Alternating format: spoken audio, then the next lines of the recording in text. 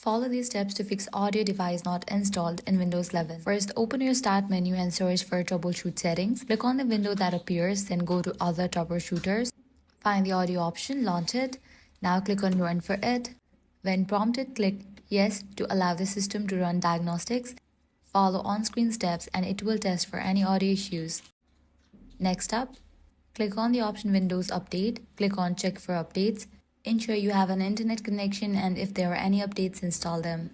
Next, search for Device Manager and launch it. Now expand System Devices section and look for Intel Smart Sound Technology. Make sure it's enabled. If you see a yellow Hazard icon, that means the driver is disabled. Right-click on it and select Enable Device.